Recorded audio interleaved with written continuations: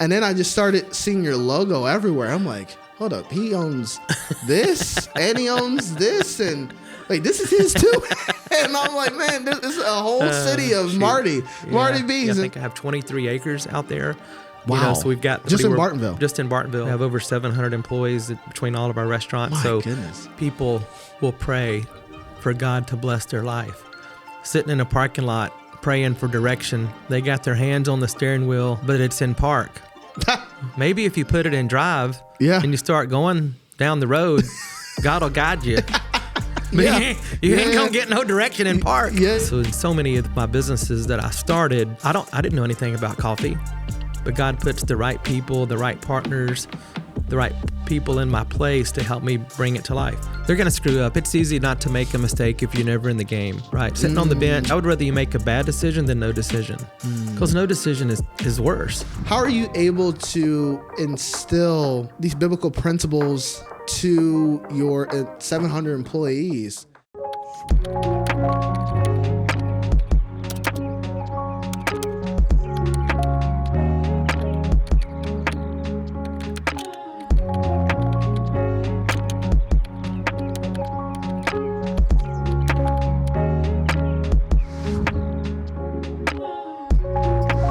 Welcome to the Faith Hustle podcast, where we help young Christian entrepreneurs learn how to build their business and careers God's way. My name is McQuenda. I'm your host. I've been an entrepreneur for almost 10 years, and in that process, I've had the joy to be mentored and guided by some of the most successful business owners that I knew, that were not just crushing it in business, but in their families, in their relationships, in their walk with God. They had a holistic view of success, and that was attractive to me. That's what I wanted. And if that's what you want, this is the show for you. We teach on 5 pillars here at Faith Hustle. We teach on being spirit-led, on having a heart of stewardship, on integrity, humility, and generosity. Those are the 5 things that we believe makes up someone that has a faith hustle. And that describes you. That describes what you're also pursuing. I want to encourage you to subscribe to the podcast wherever you may listen, whether it be on YouTube, Spotify, Apple, doesn't matter. We would love to get you on this journey and to join this growing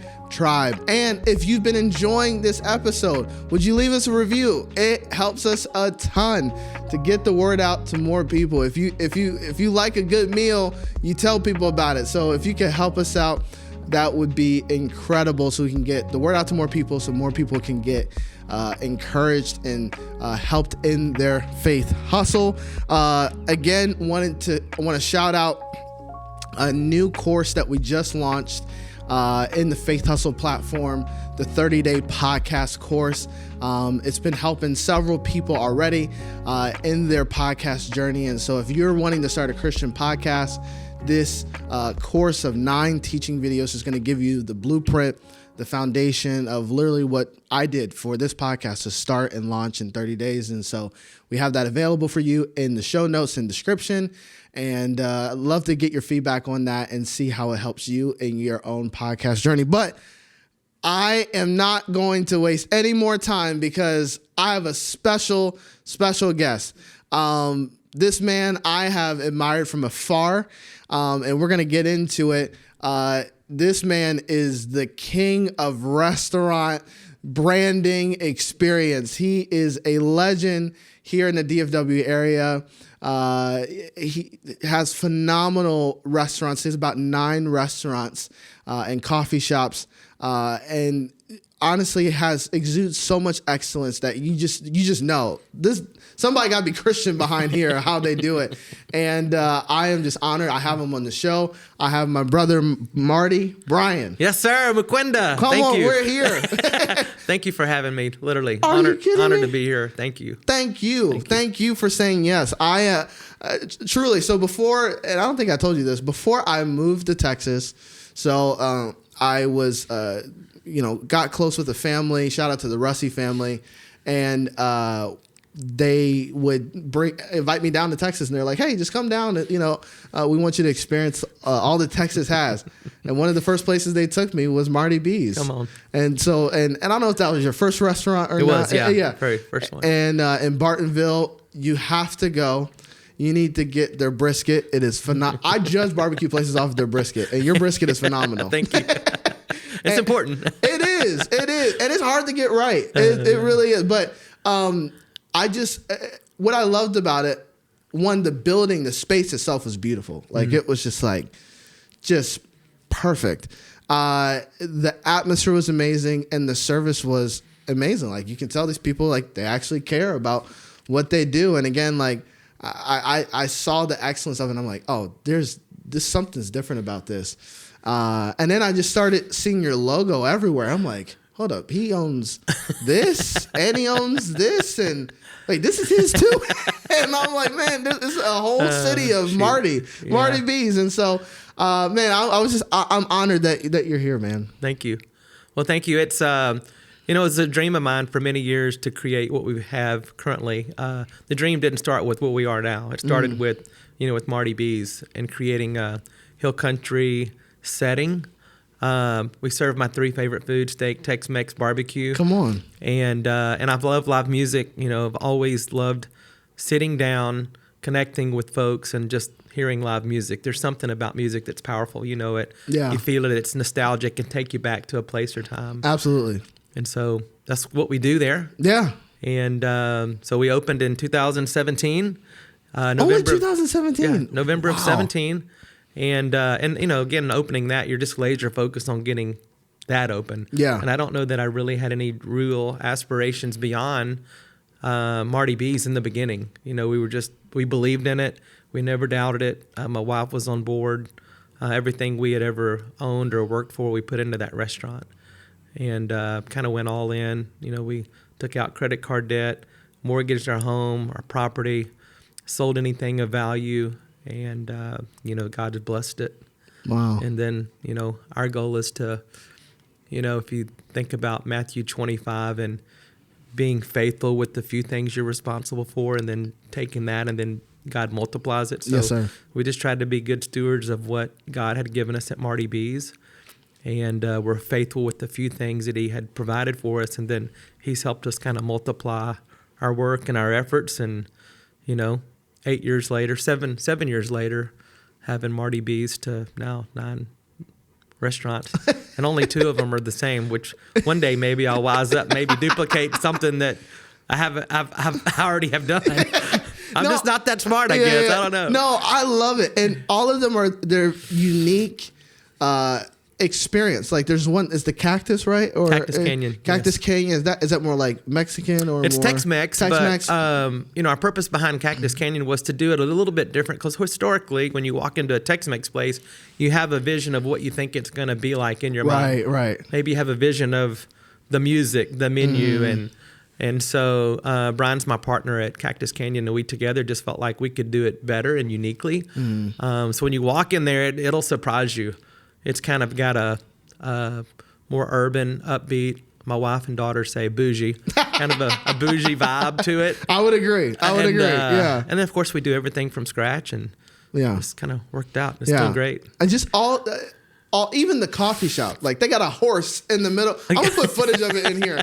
They have a horse in the middle of their coffee shop. And I'm like, who does this? This is amazing. And the ice cream, like y'all have an ice cream place, and it's phenomenal. Thank you. I love it. I have to stay away from it because it's a little too dangerous for me. But it's very good ice cream. And again, like I just see all the things that you have your hands on, and like everything. It's like, okay, there's like, it's intentional. There's a touch on it. And then you also, and I don't know how much you want to get into it, you also own like the properties around it. Like it's not just like the restaurant itself, but you own the other buildings in that area. And I love to hear even the thought process behind that. Yeah. So when I started Marty B's, we started with the least amount of space that I needed to make it happen, which I asked my architect, what's the least amount of space we need to pull this off? And he said 2.2 acres. And if you think about it, that wasn't a whole lot of space, because now collectively, I think I have 23 acres out there. Wow. So we've got the property. Just in Bartonville. Just in Bartonville. So we've got the Marty B property. We've got the land in front of me, beside me. We own the land where the coffee shop is. And then we own the 15 acres or 16 acres right next to Marty B's, where the wedding venue and the reserve will be.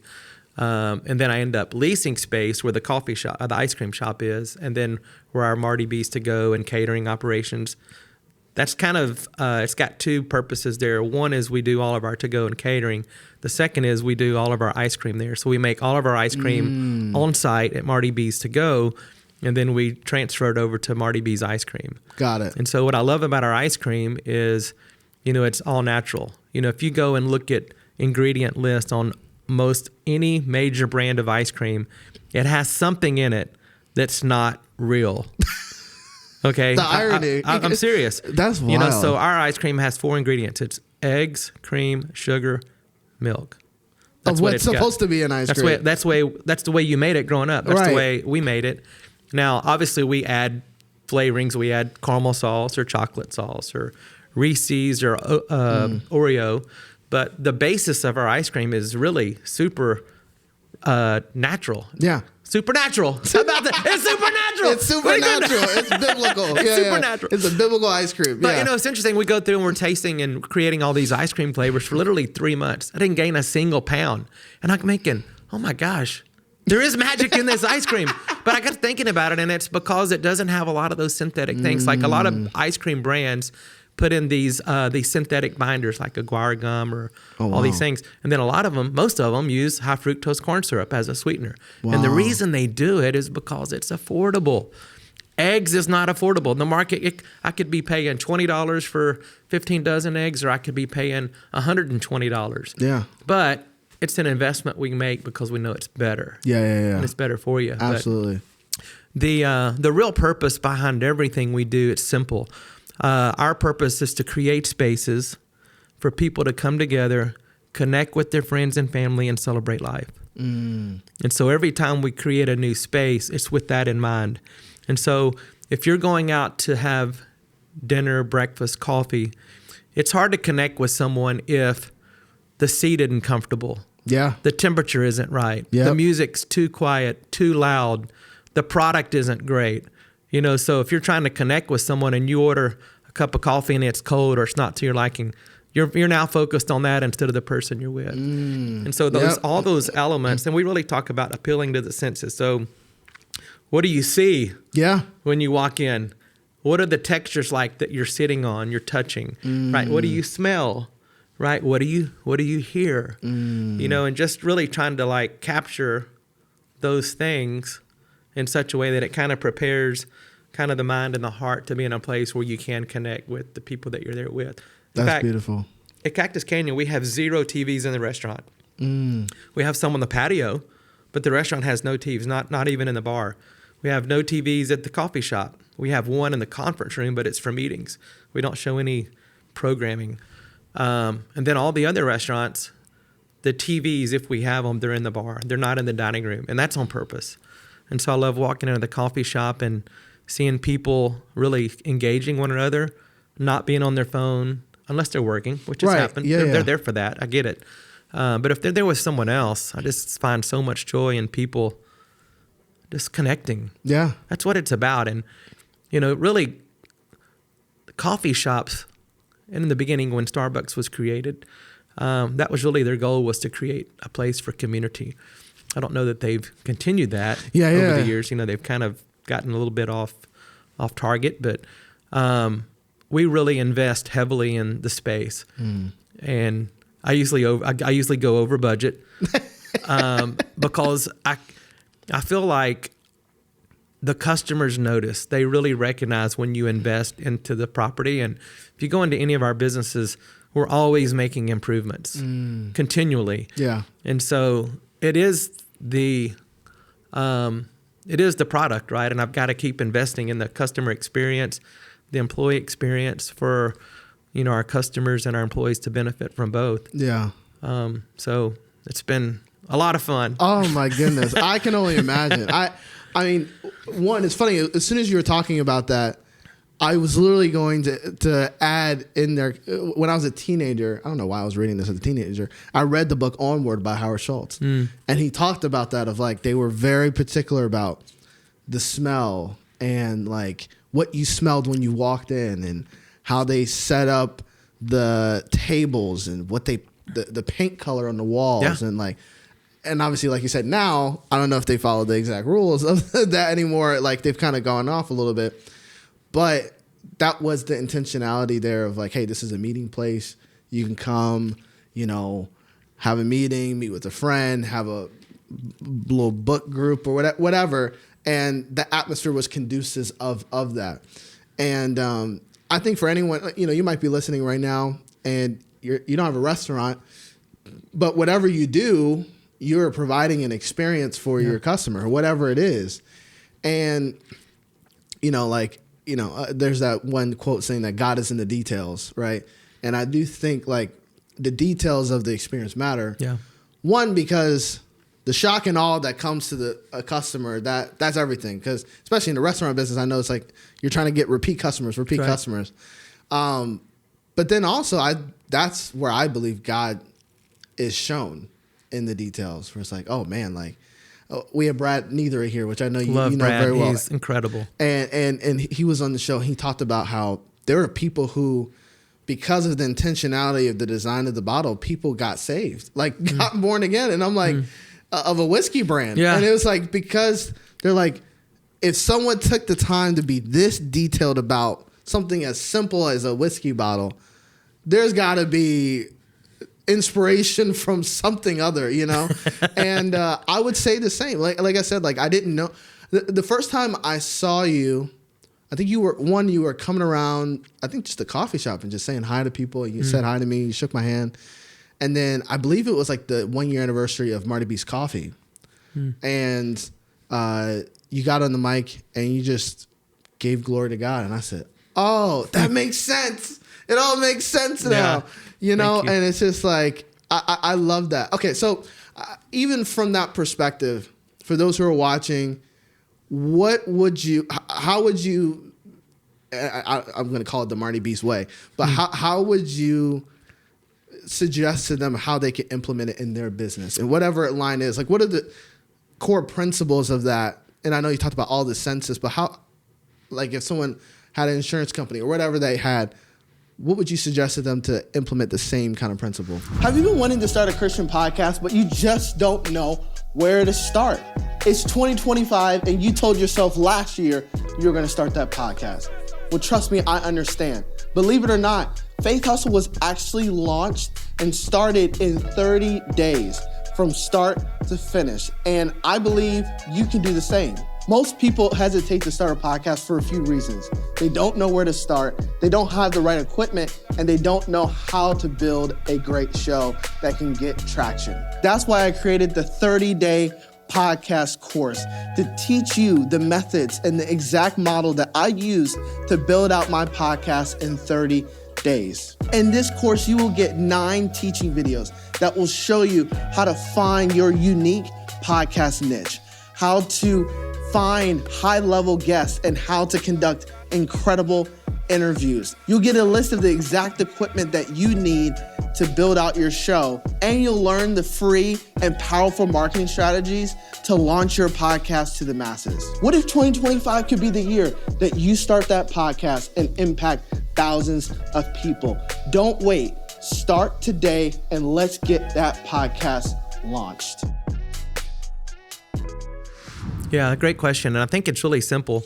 All businesses are the same. It's your product that you're selling is different, right? But principles of operating a business, and if you can run one successful business, you can run any successful business, is the way I believe it. If you follow, a good set of systems and processes, and more importantly, principles. Principles are important because they stand the test of time. The principles of what the Bible teaches. Dale Carnegie, one of my favorite books, How to Win Friends and Influence People. That's popular and it stood the test of time because they're principles. But someone asked me, what's the magic behind Marty B's? And it's really 3 things. It's selection, truth, and accountability. So selection. Say it again. Selection, truth, and accountability. Beautiful. So selection in who we hire. So often we'll say, looking for people that have heart. If they've got heart, you can almost teach them to do anything. But you'll oftentimes hear me say, if I'm going to teach an animal to climb a tree, do I train a horse or hire a squirrel? Well, squirrels are naturally gifted at climbing trees. And so for us, if we're going to hire someone in our organization, I don't want to teach them hospitality. I want them to have and be able to demonstrate it. Hospitality is, how you make someone feel, really, in essence. And so someone that has a little pep in their 2-step, a natural, genuine smile. And then we do a personality profile on every single person we hire. We have over 700 employees between all of our restaurants. My goodness. Who we hire is critical. And so I'm very cautious on where we're going to go and open a business because I have to hire and attract the right type of employee. And so that's really what creates our culture, right? And so our culture is a product of that. Hospitality really defines, our culture defines hospitality. So, Peter Drucker says, culture eats strategy for breakfast. And that's really true. If you don't have a good culture, then you kind of probably need to fix that first before you consider all the other things. If people don't feel good about the way they're treated in your organization, they don't have clarity, then they're going to be confused, right? A confused mind doesn't make decisions, you know? And so number one is selection. Who do we hire? Yeah. And we want our people to represent the brand. We want them to look a certain way. We're not going to hire you if you have an unnatural color hair. We don't hire a person with green hair or blue hair. Fine. Those people may be incredible, but we often say this isn't a place to make a fashion statement. We're not going to hire if you have excessive jewelry all over your face, offensive tattoos.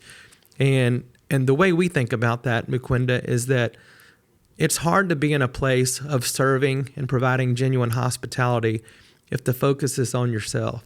And so we want the experience really to be about the customer. We want to provide an environment where our employees feel welcome, they feel encouraged, they feel important, they feel valued.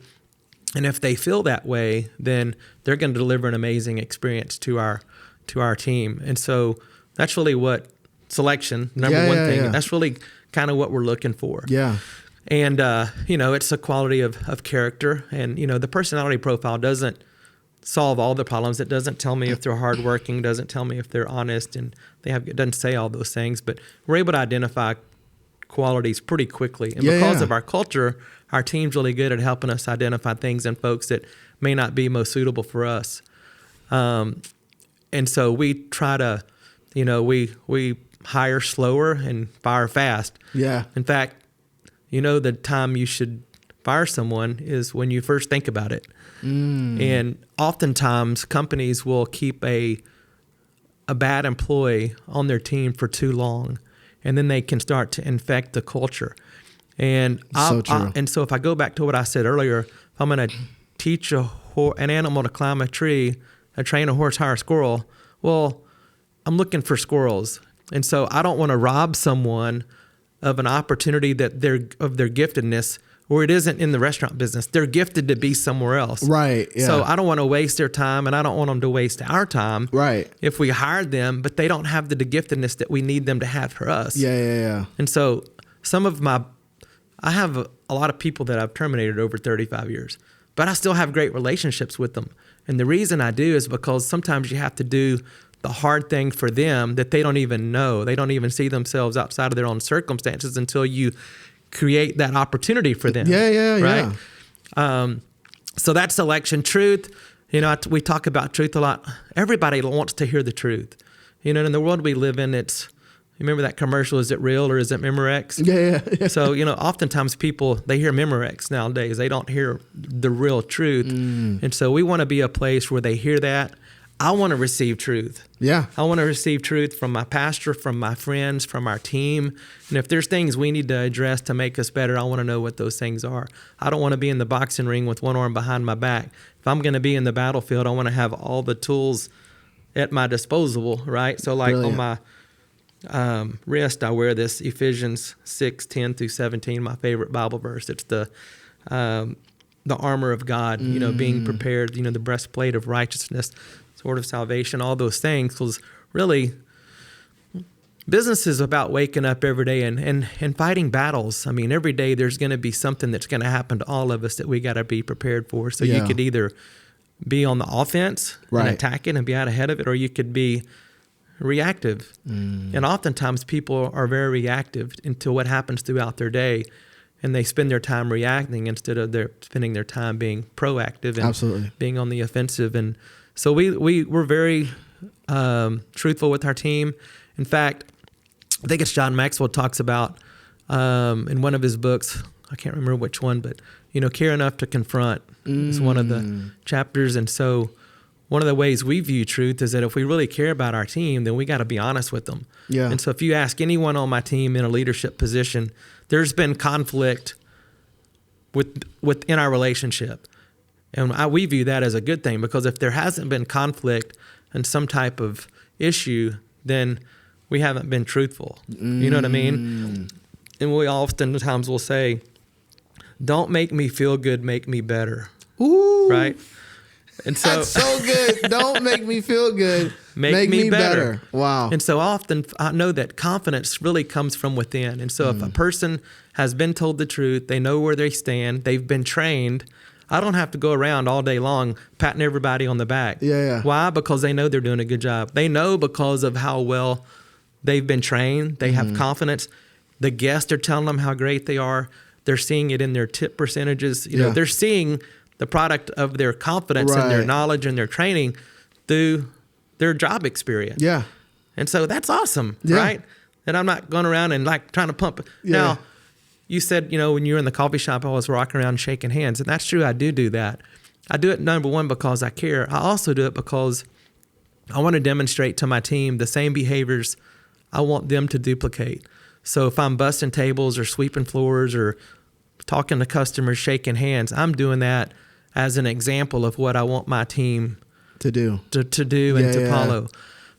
So that's kind of our, view of how we pursue truth and seek truth. And then third is accountability. And if you speak truth, but you don't have accountability, then you kind of that's meaningless. And so I'll often say, if you've got a culture problem within your organization, you've got a truth and accountability problem. Wow. And so in my history, and I've only been on my own for 7 years, but that means 28 years I worked in corporate America.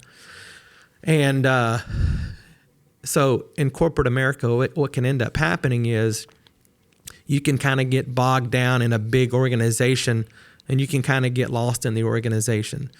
And so then you have an HR department, they come in, and there's a ton of value in HR. They do a lot of important things in the industry and the business. They do, hiring and firing, and they do handbooks, and they do payroll, they do bonuses, they do vacations. They do a lot of things, which is critical.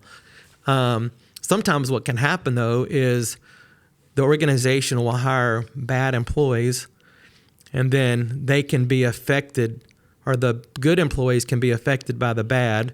The bad gets offended. They go to HR. HR creates a policy to protect the bad employee against something that a good employee told them. Yep.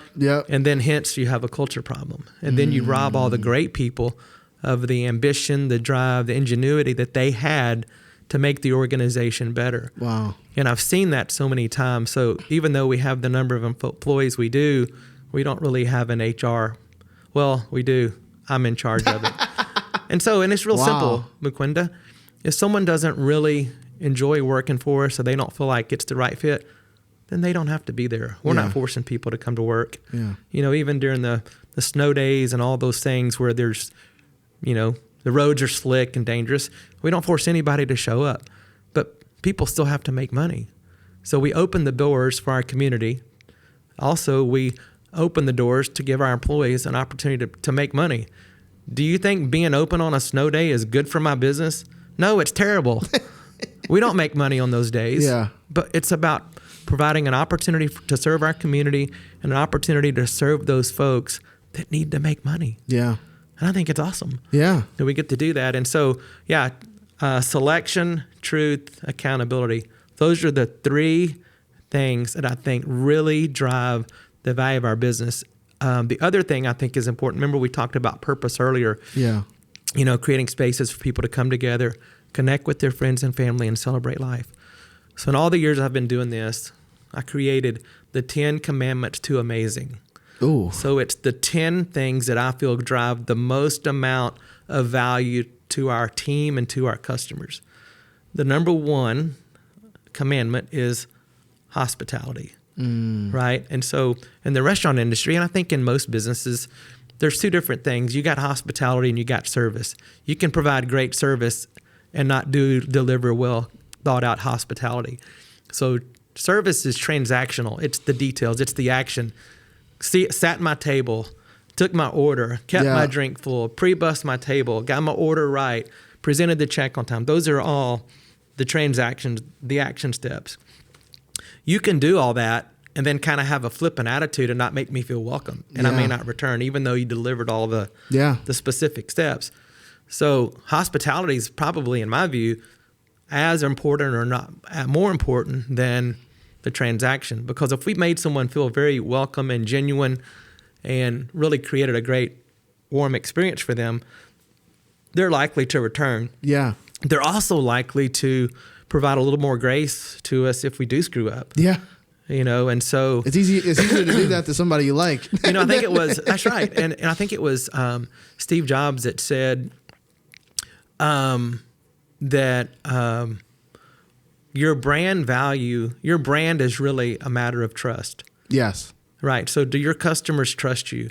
Do they trust you to provide a great value, to provide a great product, to provide a great facility, to provide a great service, all those things, right? And if you've got a good brand value and your customers trust you, they're going to give you a little more grace because they know your heart and your intentions are in the right way. Yeah, exactly. They're thinking, they're wholesome, they're genuine. They'll give you the benefit of the doubt, yeah. Give us the benefit of that. And hey, with all the employees, we're going to screw up. Right. It's inevitable. Yeah. In fact, some of our best customers that visit our restaurants are people that we've really screwed their dinner up, or we've neglected them in some way. We read a lot of reviews, which really kind of defines, how well we operate. Yeah. My only thing I don't like about reviews is that if everyone that wrote a bad review on us knew how hard we had worked to create a great experience and then we just feel short, if they would just tell us when they're in the business, we could make it up and we would encourage them to come back. We'd probably give them a gift card to come back to do it. But, I understand not everybody has that philosophy and, they want to get home and beat you up and and criticize you. And sometimes it's certainly good for our business, but we often like to hear it when they're there. Right. We're still getting the message. Yeah. But you're not damaging my brand. Right. You're giving me an opportunity to fix it. If I can speak to that, I think if anything, that more speaks to the current environment of the hospitality industry, where I think most people feel like they have to do. Now, I've only left, I think, like one review in my life, or I've left good reviews for my friends. Exactly. I don't know if I've actually, now I think about it, I don't know if I've left a bad review. It's fun. They review churches now, which is hilarious. You have to go and just have fun. It's just read church reviews. It's sad and funny, but I think there is a temperament of. I think people do that because where hospitality is, where like I had a restaurant as a client. This is years ago, and it was not a good experience. They had pretty good food. They were not in the details. They like when I see a Marty B's and I see this what this restaurant was, it was not on the same caliber at all of the. And the guy that owned it, he owned a lot of restaurants, and so it was. There was not that attention to details. Like, hey, we're just doing what we can to survive right now. So there was no accountability on how the service was. There was no standard, and if we would get we were running ads for them, and they would get people commenting like, man, like you might get haters, you might get this or that, but it was a good amount. They were getting a bunch, yeah. They were getting a bunch. But there were some legitimate concerns, like where I brought it to the attention of the owner, like, hey, like, if we actually like did right by these people, we actually could win them back by like, and he was like, no, just delete it. Oh, gosh. And I was like, really? I was like, you don't want to win these people's business. And funny enough, I this is not in Texas, but I went back over there or close there, and I'm like, it's pretty dead in there right now. And I'm just like, I think unfortunately people have gotten used to bad service, so they just expect it. But they don't you almost have to teach them of like, hey, please, we want feedback. Like we want, and so I just think that your culture, your environment is spectacular. Thank you. And I think we can all learn from this of like being coachable, being teachable, being willing to take feedback, holding yourself accountable, all those different things. I just wanted to throw that in there because I think it's I know this is a whole like business 101 lesson we're getting, but I think the folks who are watching here, I think can get a lot out of this, that intentionality, the right people. We talk about that Jim Collins quote about getting the right people on the bus. That's more important than where you're going, right? That's right. You know, and all the things you mentioned, I think these are just pillars of how to build well. It's powerful. Well, you know, it's interesting too. If you talk about faith, I mean, any entrepreneur has to have a good amount of faith, or they wouldn't be able to deliver what they need to deliver. So, like, oftentimes people will pray for God to bless their life. And I oftentimes think about, you know, someone sitting in a parking lot praying for direction. They got their hands on the steering wheel, but it's in park.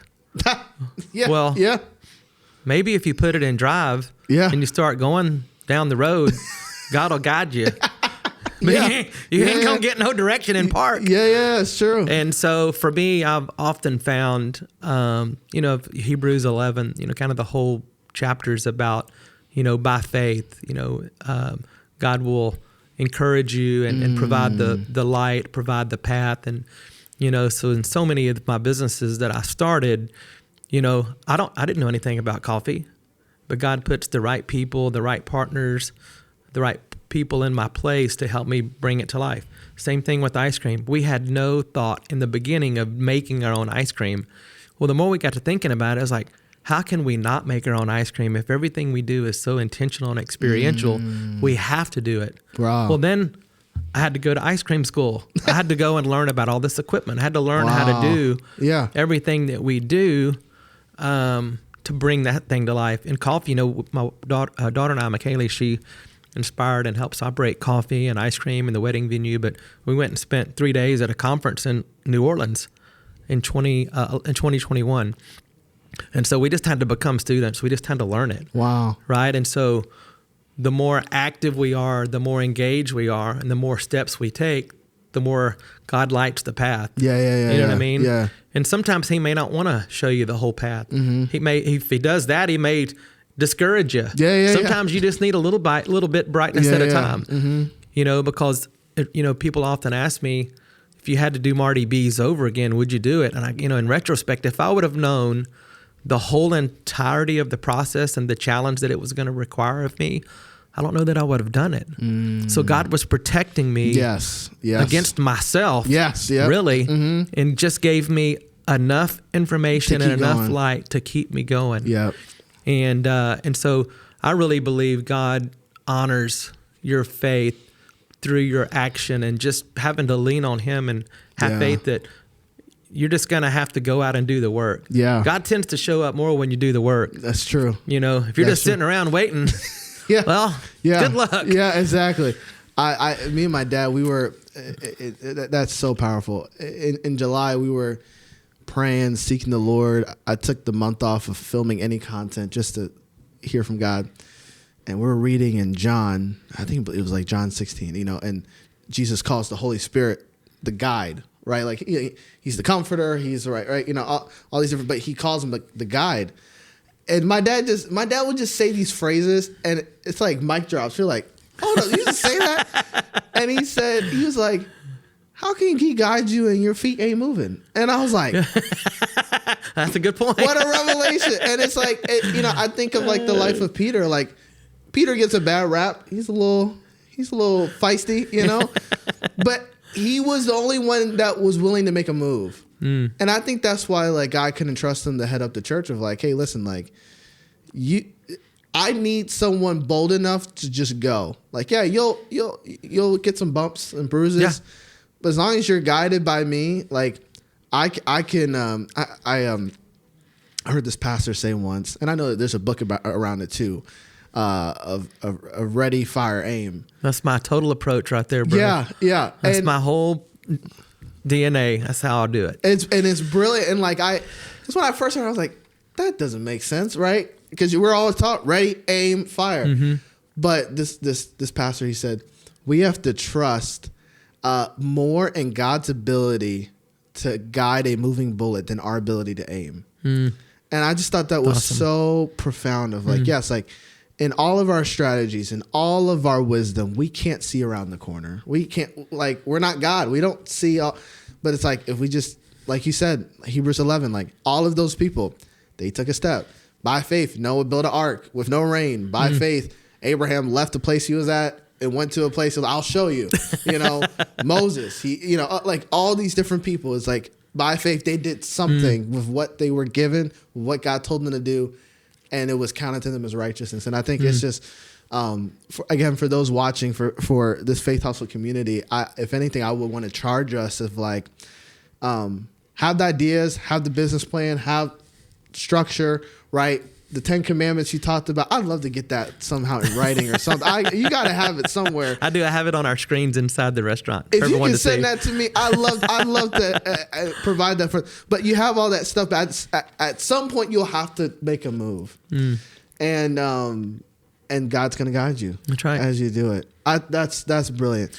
Well, okay. you have to encourage people to take action, and they're going to screw up. It's easy not to make a mistake if you're never in the game, right? Sitting on the bench, you're not going to screw up.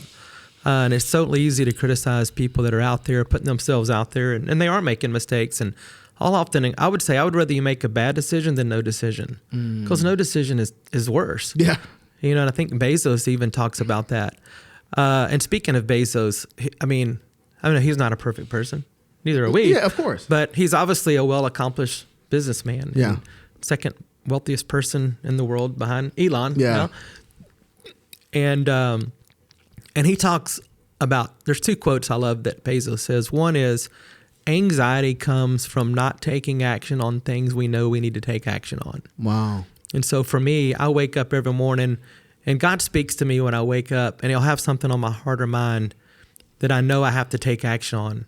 And I know that's how God speaks to me. And so if I don't take action on those things, then God's going to stop talking to me about it. Wow. So I want to be able to be a good steward of that messaging and be able to go out and do it. And then that allows me to have such peace in my mind, knowing that I have taken action on things I know I need to take action on. And it prevents me from having a lot of anxiety. That's beautiful. Another thing Bezos talks about is there's no such thing as work-life balance.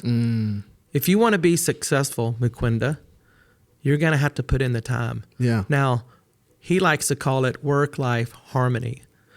So like within our organization, we talk about this a lot. There's quality of time with your family. There's quantity.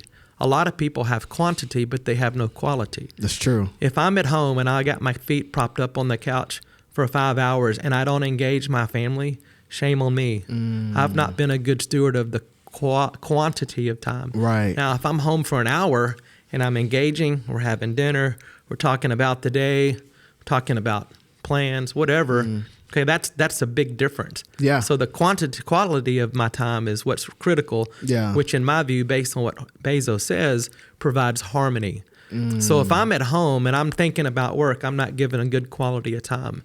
So if I've taken action on all the things I need to take action on, right? Yeah. Then I'm in a good place at home. Yeah. Which means I can be in a good place at work too. Yeah, yeah.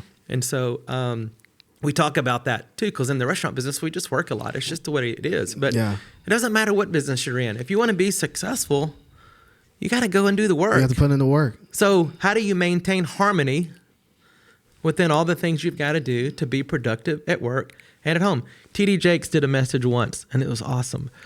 He says, as a man, your family wants your time. He goes, but they also want your money. Very rarely do you get both. Isn't that true? He says, so if you're intentional in being good stewards of both your time and your money, God's going to figure out a way to bless more importantly, he's going to provide grace in either of those areas where you may fall short. And so I've often said, if I were to ask my kids or my family, looking back over our time together as they were growing up, even though I wasn't present a lot, would they rather have had my presence or have the life we live today? And that's a pretty easy answer for them. They would choose, hey, we like our life today. But it doesn't just happen because I was at home doing nothing, sitting on the couch. It happened because I wasn't at home. I was being productive. That's brilliant. And again, I as I mentioned earlier, you know, it was evident to me before I knew that you were a believer. I knew that, okay, somebody here's got the touch of God on them. They know, like, there's so much intentionality in these details and the excellence. I'd love to hear from you how you're able to, you know, in a quote unquote secular work environment, right? Able to pass down these biblical principles. Because a lot of the principles you share, like, I can point right to scripture, like, yep, that's there. How are you able to instill kind of this kingdom culture, these biblical principles to your 700 employees, where they can feel it, they can get impacted by it? And I'd love to hear, like, has there been any, like, cool testimonies of, like, employees that maybe got more curious about faith or whatnot? I love to hear your perspective of how you're able to engage a culture or workplace environment. Yeah, thank you for that question. You know, we talked earlier about hiring and selection, and one of the things we do when we hire someone is we just let them know in advance that we're a conservative Christian organization, and the principles that we utilize to manage our business are of those nature. And so I don't like no one likes surprises. And so I don't like any of our team to have a surprise when they walk into our business or organization. We like to let them know all that up in advance. And most of the time, people are encouraged by that. If they're not, then, you know, this may not be the right place for them, but it's ultimately their choice, and give them an opportunity. You know, and then we have had a gentleman, and I know we've had a lot of people that have grown closer to Christ through attending my women's Bible breakfast that we do. We just had it this past Tuesday, and even as cold as it's been, we still had over 200 women up on our rooftop for that. My goodness. My men's Bible breakfast we started 3.5 years ago, and it's evolved, and I have a lot of our team members will come and participate either from a serving perspective or they'll be in attendance. And that started with around 50 men. We do it every month, fourth Tuesday of the month, and now it's grown to over 200. My goodness. And so it's just been a real blessing. And what's interesting, in that 3.5 year period, I've only had 2 people speak twice. So every month, it's like God puts another person in my life to come and share the gospel. And what I love about that is that it introduces new people. You know, so if there's going to be a time where everybody shows up and I'm going to be, where am I going to put all these people? So we've actually graduated from the rooftop to the downstairs patio because I can get 600 down there. Wow. And I've had as many as 400 for our women's Bible breakfast, and we've had as many as 300 for our men's. My goodness. You know, and it ebbs and flows with the seasons and schedules and speakers and that. So, but one of our managers that worked with me, and he's actually thinking about coming back. He had moved out to California. He's coming back. Became saved, and we had, for his birthday, all got him a Bible, and we had written little encouraging messages on it. And then he started going to church. He goes, Marty, the first time I went into church, he goes, I cried like a baby. Wow. The whole time I was there. You know, just the conviction he felt. Yeah. And since he's moved out to California, I don't know that he's been as connected. I'm eager for him to get back and get reconnected in the next few months. And he'll probably come back and work for me. But, yeah, I think there's a number of those. But, you know, I often say, well, our job is to teach the Bible, and very seldom we may use words. And so it's really more of an example of the way we treat our team, the way we treat and honor our customers, our team, our community, the way we give back. Really says a lot about our heart and how we believe more than what we say. You know, we're not witnessing. We're not trying to like witness to people through, hey, go read the, and that isn't the goal. The goal is to model the behavior and for them to feel something present in us that maybe they want or maybe envy to some degree.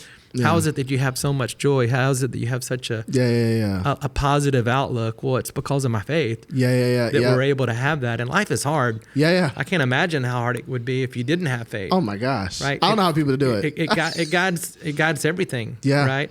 And so faith is critical. And in the coffee shop, you've probably witnessed this, but we have Bible studies happening all day, every day. In fact, before I walked in here today, I had a gentleman text me and wanted to know if Thursday evenings at 7:30 would be a good time to have a group of about 14 to 15 men come and have a Bible study at the coffee shop. I go, well, heck yeah. There's never a bad time. Yeah, exactly. As long as there's seats. Exactly. And that's not a super busy time for us. That's a great opportunity for him. And I think just being open and creating opportunities for those things to happen. Is a blessing to the community. Absolutely. And I also recognize, McQuinda, that not everybody believes like I do. Not everybody supports the principles and the elements of faith that we do. And so we know that there are people that are just not going to eat with us because of that. Right. But I've said all along, I've never opened any business to serve 100% of the people. Opening a business to serve the ones that appreciate the quality, the value, and the service that we deliver. And turns out there's quite a few of those. Yeah, absolutely. Praise God for that. Absolutely. That's kind of, and the other interesting thing about what we've done and God's blessed us is that, for 6 years I've had a church meet on my rooftop, the Grove Church. So they are a church. They have 125 people every Sunday morning. And since I've covered the outdoor patio, based on the weather, they ebb and flow between the downstairs patio and the upstairs. We play Christian music on Sunday at the restaurants until about 4. Love that. And then I told you we host the men's and women's Bible breakfast once a month each. And then, if you've been to Marty B's, I have like a 10-foot cross on my stage. It's been up there from the beginning, and I've never had a negative word spoken about it. I love it. Which is amazing. And, so all those things we do really kind of speak to the heart of what we do. The other thing I'm most proud of is this year, 2024, this past year, in the month of June, we celebrated faith and family.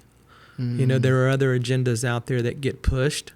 And I just said, what's important to us? Our faith and family is important. I think it's important to everyone. Absolutely. And so we really pressed in, and we hosted a family movie night once a week. We hosted a praise and worship night once a week. We also continued our normal rhythm of music on the weekends, Thursday, Friday, Saturday. And then Sunday we did like a little brunch, gospel brunch from like 2 to 5. So we just really, and then we had shirts printed with the cross on the back. We had hats printed with faith and family with the cross. And, in those situations, I don't make everyone wear those shirts. It's an option. Yeah. If they choose to wear it, that'd be great. And I've seen them wear it. I think the last time I was there, I was with my family, and I'm seeing people walking around the servers, they're wearing the cross on their back. I was like, hold up. What's happening that I don't know about? I'm like, I love this. Yeah. And I saw that. Yeah. But I would say probably 80% of our staff, wore them. Wow. And then we had a lot of people, a lot of our customers purchase them.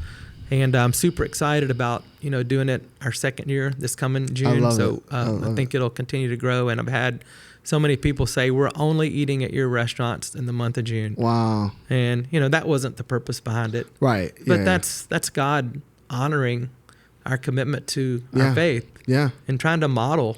My hope is that it gets momentum, and then maybe other businesses choose to celebrate faith and family in the month of June. Absolutely. That's my hope. I would love that. How awesome would that be? Oh my gosh, yeah.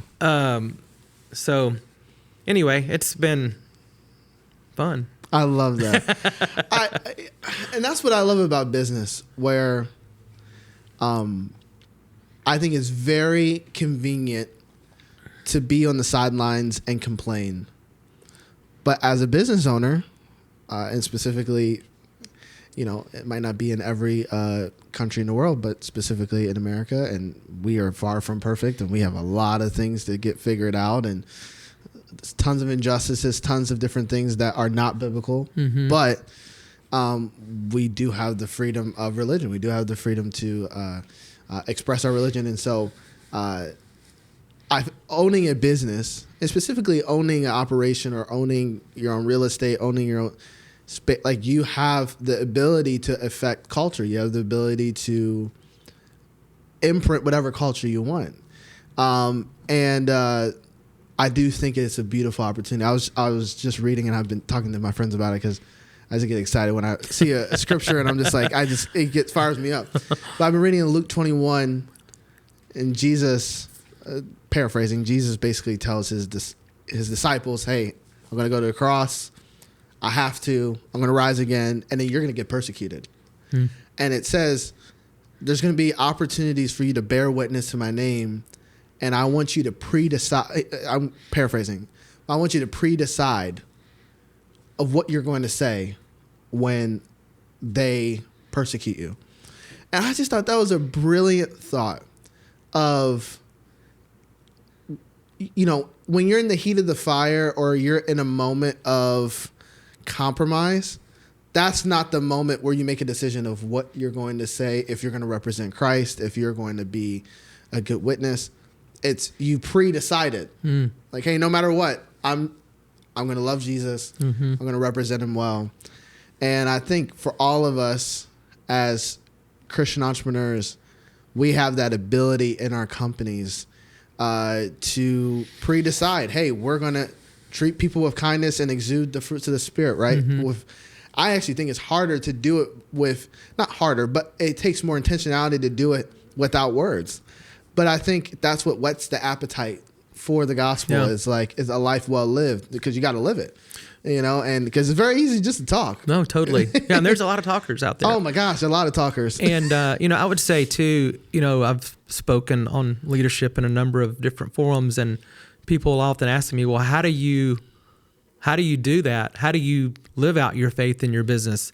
And I go, well, the first thing I would say to you is, if you have a business and you haven't been doing it, don't just start tomorrow. I mean, seriously. Yeah. And you know, I would seek wise counsel on that. There's a terrific organization here in Dallas, First Liberty. Kelly Shackelford, their president, CEO, founder, a good friend who's given me wise counsel. Jeff Metters there. They've all been very helpful. And so the really good news about owning a business is you have a ton of religious freedom to operate your business. Now, what you can't do is you can't make people come to a Bible study. You can't make people put on a shirt that supports the cross. You can't make people do anything. You can create opportunities, but ultimately it's a total choice. It's not up to them or up to us to do it. It's up to them to have the freedom to whether they want to participate or whether they don't.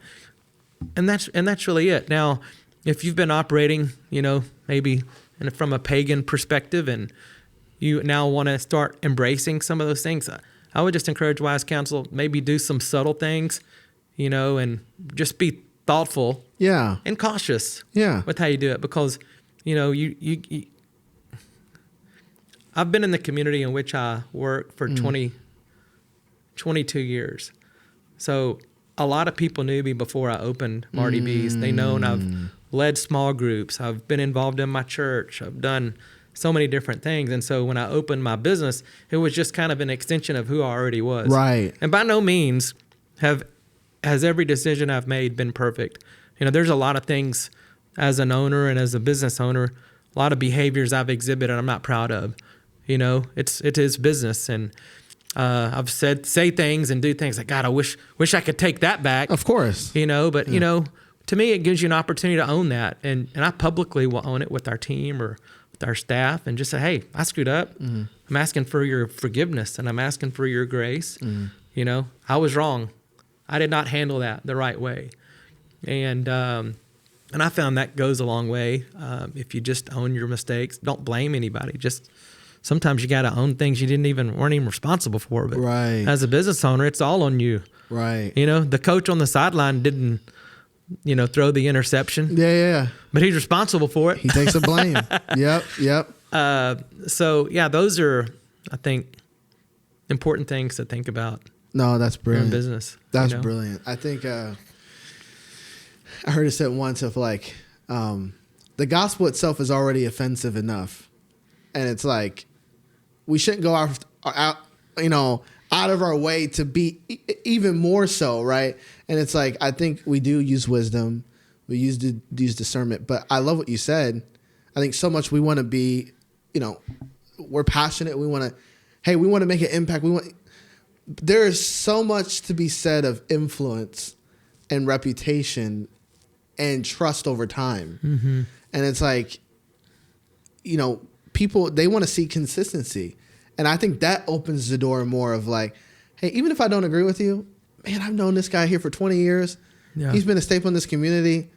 I got to at least like hear him out. Yeah. You know what I mean? Or like, or again, like the excellence of the food. It's like Chick-fil-A. You may not like what they stand for, but that chicken is phenomenal. And the fries, you can't argue. You know what I mean? Yeah. I'm going to give up some grace on that. I want that chicken sandwich. Exactly. So it's like, one thing we've been saying here a lot on this podcast as we close, like excellence opens the door for people to experience God. Mm-hmm. Because the worst thing, and this is why I appreciate what you do, the worst thing is someone calls themselves a Christian business, but their product is terrible or their service is bad. It's like, you might as well just don't say you're a Christian. Don't claim to be on our team because you're making us look bad. You know what I mean? It's like, hey, like, if you're going to be about it, like, let's do this first. Let it be so, like, in my opinion, I think if something's going to be stamped as Christian, it should be the best. It should be the absolute best. Mm-hmm. It should have the best quality, the best service, the most attention to detail.